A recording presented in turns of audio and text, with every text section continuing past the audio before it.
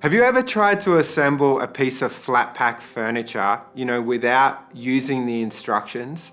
Maybe you skipped over a few steps because you knew what you were doing and ended up a little lost. Not that it ever happened to me. Or what about on a road trip, taking a few shortcuts to get to your destination quicker, ignoring the instructions and the guidance, and only kind of messing up enough to arrive just a few hours late? I recall a time in school when my class was studying the United Kingdom, and we had a large homework project to complete on the country of Wales. Now, one of my friends perhaps misinterpreted, or his parents did, and spent the whole term working on a great project about whales, but the animals that live in the ocean and not the country. They missed an important instruction that resulted in a whole lot of wasted work and effort. Life is a lot like that, isn't it? We're so often tempted to take shortcuts or perhaps trust our gut, and sometimes at the expense of what we really need most. And the Israelites, they too found themselves trusting in something that couldn't provide, and we're going to explore that today. For the next few minutes, we're going to look at Elijah, one of the great heroes of faith from the Old Testament. We first hear about Elijah in 1 Kings chapter 17. And just prior to that, in chapter 16, we meet King Ahab. King Ahab began ruling over Israel, and the Bible tells us he built a temple and an altar to the god Baal. It also says he did more to provoke the anger of the Lord, the God of Israel, more than any of the other kings before him. See, under his leadership, Israel shifted their focus from worship of God to worship of Baal, a false god who they believed was responsible for fertility and for rain. And as a nation, they relied upon rain for farming for both their crops and their livestock. The Israelites were facing a drought, and they believed that Baal, the god of fertility and rain, could provide what they desperately needed, the thing they needed most in life. And they put their faith and their trust in something that ultimately couldn't deliver.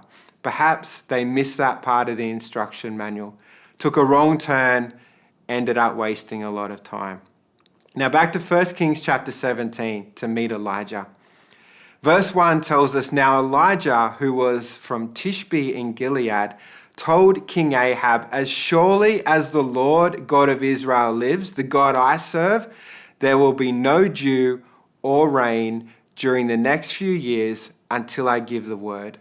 So the very thing that people were putting their faith and trust in could not give them what they needed most, rain. Have you ever put your trust in something in the same way? It's something to think about.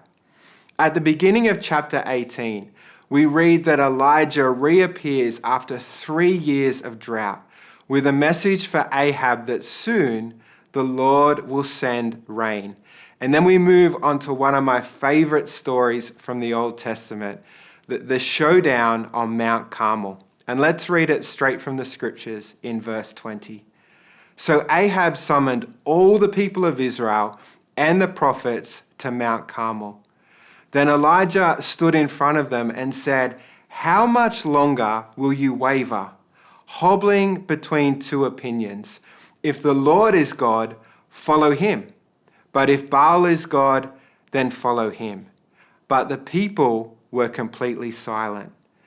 Then Elijah said to them, 'I am the only prophet of the Lord who is left. But Baal has 450 prophets. Now bring 2 bulls. The prophets of Baal may choose one they wish to cut it into pieces and lay it on the wood of the altar, but without setting fire to it. I will prepare the other bull and lay it on the wood on the altar, but then not set fire to it. Then call on the name of your God. I will call on the name of the Lord, and the God who answers by setting fire to the wood is the true God.' And all the people agreed. Then Elijah said to the prophets of Baal, 'You go first, because there's many of you. Choose one of the bulls and prepare it and call on the name of your God, but do not set fire to the wood." So they prepared one of the bulls and placed it on the altar, and then they called on the name of Baal from morning until noontime, shouting, "O Baal, answer us." But there was no reply of any kind. Then they danced, hobbling around the altar that they had made. About noontime, and this is the fun part, Elijah began mocking them. He said, "You might have to shout louder," he scoffed, "for surely he is a god. Perhaps he is daydreaming, or he is relieving himself. Or maybe he's away on a trip, or he's asleep and needs to be awakened." So they shouted louder, and following their normal custom, they cut themselves with knives and swords until the blood gushed out. Verse 29, they raved all afternoon until the time of the evening sacrifice, but there was no sound, no reply, and no response. Then Elijah called to the people, "Come over here," and they all crowded around him as he repaired the altar of the Lord that had been torn down. He took 12 stones, one to represent each of the tribes of Israel, and he used the stones to rebuild the altar in the name of the Lord. He then dug a trench around the altar large enough to hold about 3 gallons. He piled wood on the altar, cut the bull into pieces, and laid the pieces on the wood.